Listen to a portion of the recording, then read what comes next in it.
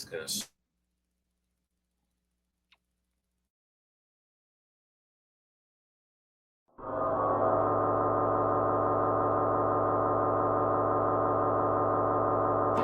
You are interested in the unknown, the mysterious, the unexplainable. That is why you are here.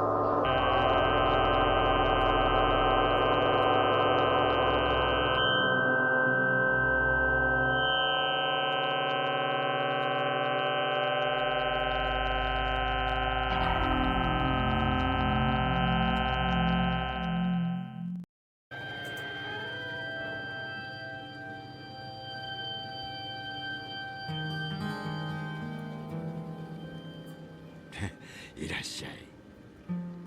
まあ、座りなよ。雨にやられたんだね。この近くにいてよかった。いや、俺は2階で眠りこけてたからさ、気がつかなかったんだけど。ね、いや、いいんだよ。勝手に入ってきてくれてよかった。昔のようにはいかねえな。いくらでも眠れるようになっちゃう。All right, no subtitles on that version. That was the protagonist meeting the strange old man in the painting in the house, an adaptation of an H.P. Lovecraft story by Ryo Shinagawa. This is the Code Rad show. I am Jason. I am here with Jim. Hey, Jim, how you doing? Pretty good, Jason. How about yourself? I'm fantastic. Good. Good to hear that. Had a day off from work to go to the dentist, which has been happening a lot for me lately, but it wasn't that terrible. Oh, good. The pain in the wallet is probably the worst part of that. So yeah, that's the hardest to heal from. This one. It's the wallet. Yeah. Teeth are otherwise feeling okay. But it's pretty amazing how dentistry has evolved to the point where you get a major procedure done, and you can pretty much just walk out, eat, and sometimes there's like hardly any pain. So unfortunately it was a temporary crown I got, so I got to go back again for my permanent crown. Gotcha. Okay. Well, Jim was what's that? No, going to the dentist is never fun. I never enjoyed it as a kid. Through a young adult, don't like it now. So yeah, I never did like it. So, but it's got to be done. Yeah. Be nice. It would be nice to have a nice mouth of teeth in my elder years. Yes. When I was a kid, a lot of grown-ups, or not grown-ups, but grandmas, grandpas were missing quite a few teeth, and of course, there were dentures and stuff. You get used to seeing that, which I don't know if they're as prevalent as they used to be. Yeah, I don't know. It's a good. I don't know if I know anyone who has dentures. Well, see, all I have are these. If I lose my teeth, I just have these in my mouth, just like. That's a good kind. So this week, Jim was gracious enough to watch a collection of H.P. Lovecraft stories adapted into claymation, but not really what you think of as claymation. Like, when I think of claymation, I think of some of the scenes in Evil Dead. The original Evil Dead had some crazy stuff going on with the stop motion. There is some of that in this movie, but it's not even stop motion. It's models, some very cool models set up, and the camera moves. Sometimes the models move, and stop motion and the actual clay animation is not that much of it in this video, right? No, I mean, I guess when I think of claymation, I think of say Gumby or that too, Gromit or the California Raisins, that stuff is it's so hard to do because it takes forever. It takes forever to do a 30-second commercial. It takes maybe a couple months because they just have to okay, get the hand right here, and then move it. Take a picture. Okay, move it again. Take a picture. Move it again. And it gets very tedious. But I'm not really quite sure how they did this. It looks like paper mache and clay dolls, but may not be the most. When you think of Japan, you think of some really amazing animation techniques. But This is kind of like more, definitely more grounded, but maybe not as complex. But I think somehow it still works with this kind of with the tone they were setting. So then you enjoyed it? I did very much, yeah. It does help to read.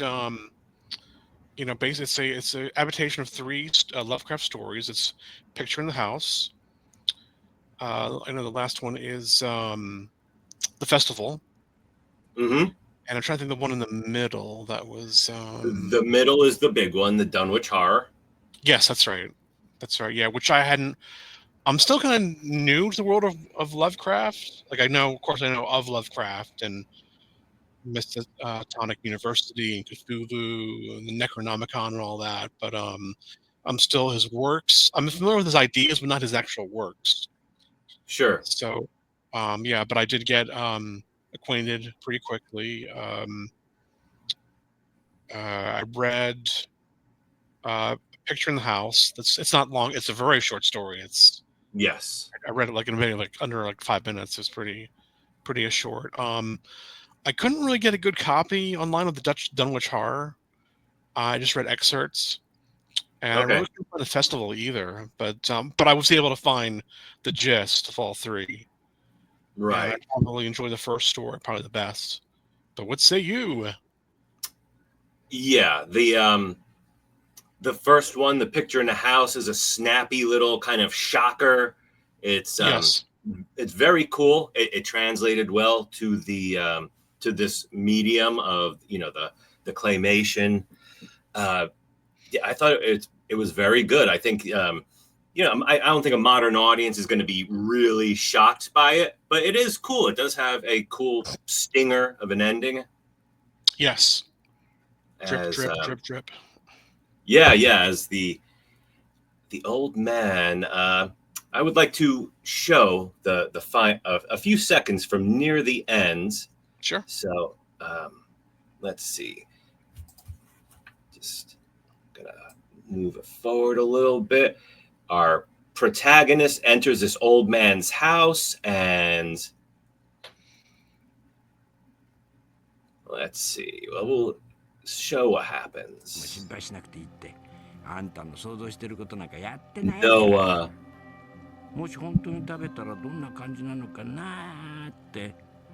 No subtitles on this version, but you can get the mood from what's going on here. I get a good idea of what the atmosphere is in this.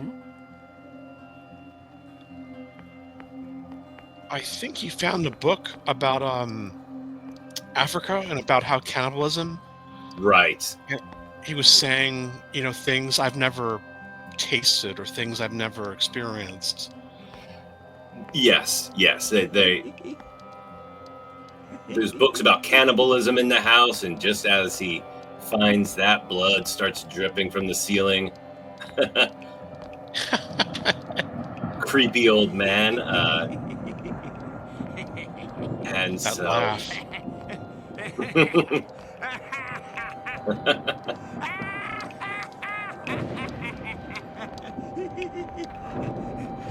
Yes, not much motion, but it works. It does. It works really well. Just the lighting, the mood. It just, did a beautiful job with this. Very well done. Yeah, I think for a H.P. Lovecraft fan such as myself, this is a great way to spend 45 minutes. The atmosphere is great. It's different from anything else you're likely to see. And, for 3 stories crammed into 45 minutes approximately, and they don't feel like they heavily, excised very much from the stories. I kind of feel like they completely represented the stories, especially Dunwich Horror, which is, maybe almost a novella, going by word count. Dunwich Horror is pretty long for a short story, and I feel like they captured pretty much of the story. I mean, of course, a lot of that might be because H.P. Lovecraft was very wordy, a lot of descriptions and stuff. So if you just kind of get, to the plot, try to move it along, you can maybe that's how you can do it in a short amount of time.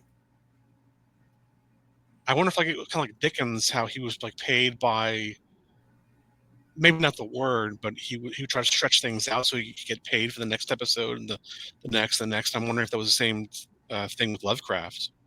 Yeah, I think I have heard that idea. I think, yeah, he probably it probably would have served him to stretch his stories out. And as much as I love Lovecraft, some of his stories are way too wordy. There's one called I forget exactly, the thing below the house or something like that. I embarrassed to say I don't quite remember the name, but it's a decent idea for a story, but it could have been 5 pages instead of the 30 that it was. So, but Dunwich Horror is the first H.P. Lovecraft story I discovered, and I remember I was at a friend's house, and for some reason my friend wasn't home, so I picked up, he had a book of H.P. Lovecraft, and I just sat there and read, as you will do as a teenager. I cannot imagine just hanging out in someone else's house and picking up a book and reading it, but that's what we did as teenagers back in the 80s, and the story blew me away.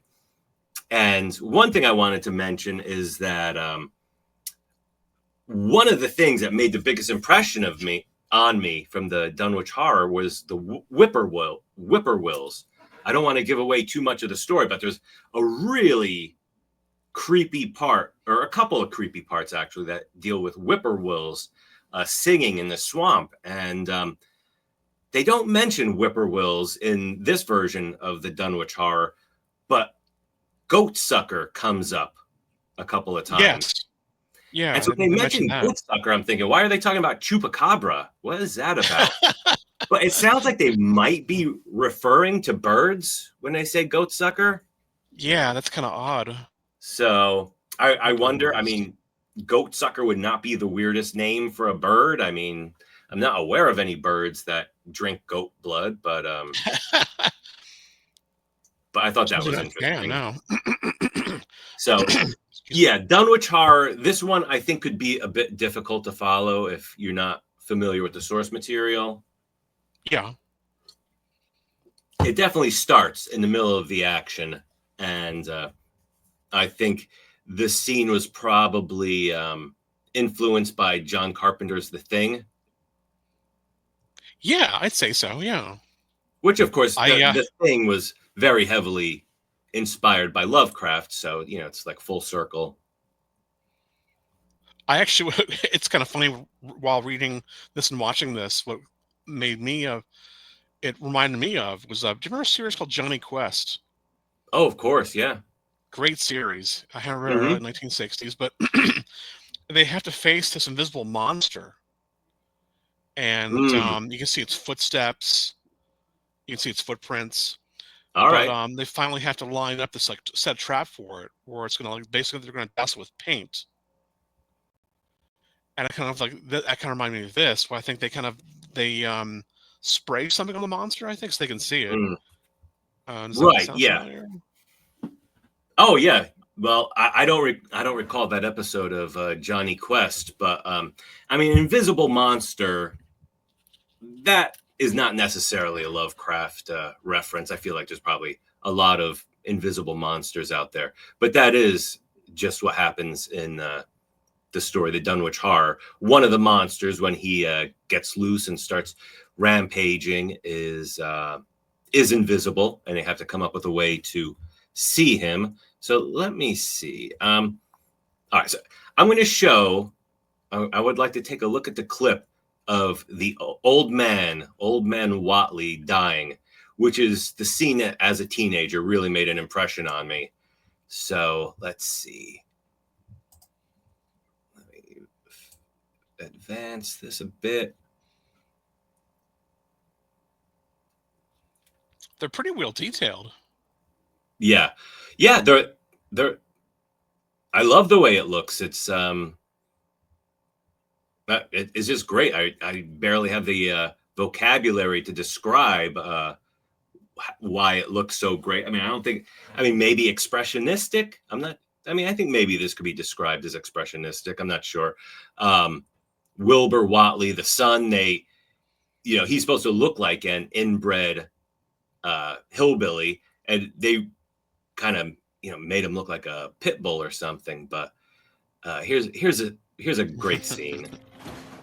This is the Whatley family, the Whatley farm, which they've been buying a lot of cows lately, but their herd has not been growing. How could that be? There's old man Whatley, and there's his son with a very oddly shaped head. Very.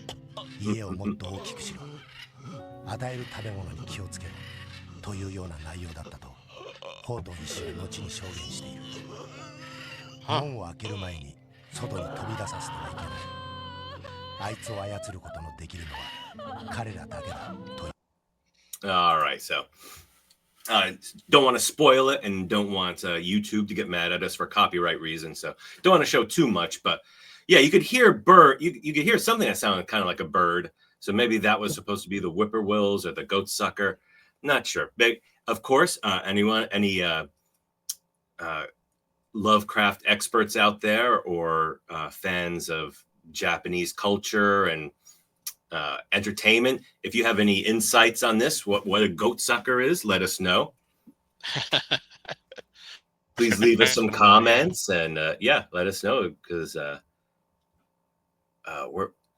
am definitely a Lovecraft enjoyer. I've read most of his stuff, been a fan for years, but by no means an expert, and always welcome to hear get some more information about this kind of stuff. So so the old man dies, very atmospheric and moody, and then the monster comes out, right? It does, yes. And I just love the little subtleties they have. Even though the dolls aren't moving much, it's like just enough to kind of evoke feeling they're trying to create. Even though they just kind of like slightly have the woman like crying, and like she's like slowly moving. Just little things like that. Mm-hmm. Yeah, absolutely. It's very atmospheric. I liked just about everything about it. I don't think I have any real complaints at all. So why don't I'll show one more clip from Dunwich Horror near the end. Let's see. This would be this is probably the scariest thing of the whole show for me. So we'll need to skip ahead a bit. That's Wilbur Whatley expiring. But now let's see what hath Wilbur wrought. What's going to happen? Let's see.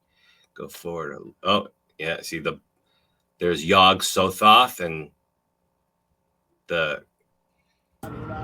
we have some people come to some professors get the Necronomicon and come to destroy Yog Sothoth.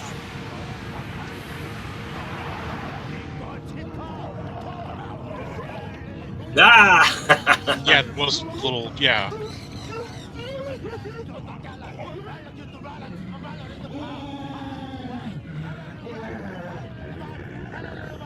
So, I love that scary face. That was probably the highlight of the whole show for me. In the story, it is said that there is a face in the body of this big creature, but I never envisioned it looking like that. I thought that was super cool. That was like a kind of like a white blob. Yeah, that was a cool face. And so then the next story is much more impressionistic. There's no dialogue in this one. The last one I felt was very dreamlike. Yeah. Very cool design. Very atmospheric. And even though stuff like that can be kind of a challenge to watch, I wasn't bored by it. It's just visually, it's pretty amazing. Yeah, no, definitely is. Yeah, definitely is.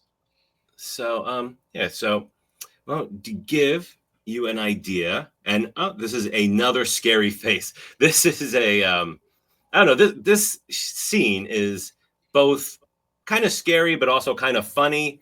But here, we'll cue this up. This fellow just kind of wanders into a cave where, as you might expect from the title, there is a ceremony going on.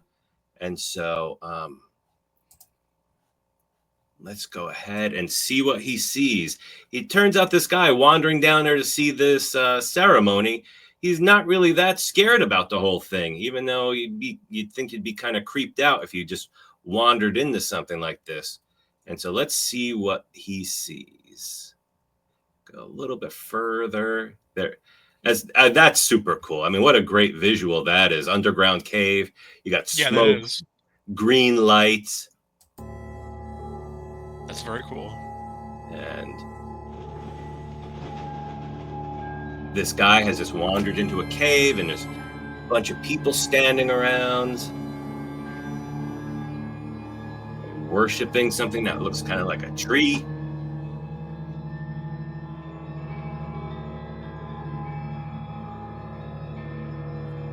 Yep. Yeah. Peeking over shoulders to see what's going on. Can't see. Yeah. Just love it. I mean, everything done by hand. And this guy, I guess, is the cult leader. And you see our protagonist is smiling. He's having a good time until, that was very cool. That's awesome. Hiya, folks. How you doing? And then our friend who wandered into this, his reaction was not at all what I expected. Now, is he frozen there? I did not notice, but I expect he's gone crazy. So yes, he very well could be. Yeah, he's definitely lost. That's just the eyes and just like but that was very. He's like looks so happy and then like hiya folks, how you doing? Classic, classic H.P. Lovecraft. The narrator of the story goes mad at the end. Really well done. I feel like unlike this Go Tanabe, who did this fantastic adaptation of the Call of Cthulhu, Go Tanabe has made a career out of adapting H.P. Lovecraft, but it looks like the director of this movie, Ryo Shinagawa, really hasn't done anything like this. No, according, I didn't exactly do a deep dive on his career, but the impression I got, he's a painter and doesn't even paint creepy stuff. Yeah, no, so he hasn't really done that much of TV. Or I guess one thing I was going to ask him now: how did you find this? For one thing, I guess how did you find this? I don't remember. Okay. It is not the easiest thing to find, even if you know it and you Google it. It's not that much stuff comes up. It is definitely obscure, but it's a real treat for Lovecraft fans. I think it's very, very good. Yeah, it's definitely there are worse ways you could spend 45 minutes. So, all right. So I think. Oh, I'm sorry. No, go ahead. I was going to say, I think a lot of people, they equate Japan with, giant monsters and giant mecha robots and kaiju but they do a really good job with adaptation. They do some really great horror. And Korea does too. The Grudge, The Ring, just some real horror. Oh, for sure. I mean, I was discussing a movie. It's called The Visitor. It's an Italian sci-fi horror movie, and someone commented on it that it was a psychedelic horror movie. And I said, well, I mean, if you want to talk about psychedelic horror, the absolute undisputed king of that category has to be House. Yes. Very bizarre movie, but yeah.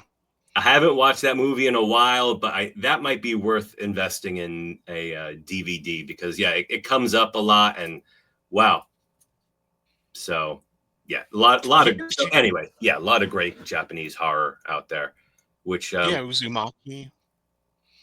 Yeah, for years you couldn't get House in the States, but then finally they finally released it here on really video, and yeah, for years you couldn't get it at all. But yeah, finally we were able to get it, and never saw pianos ever the same after that. Seeing that movie.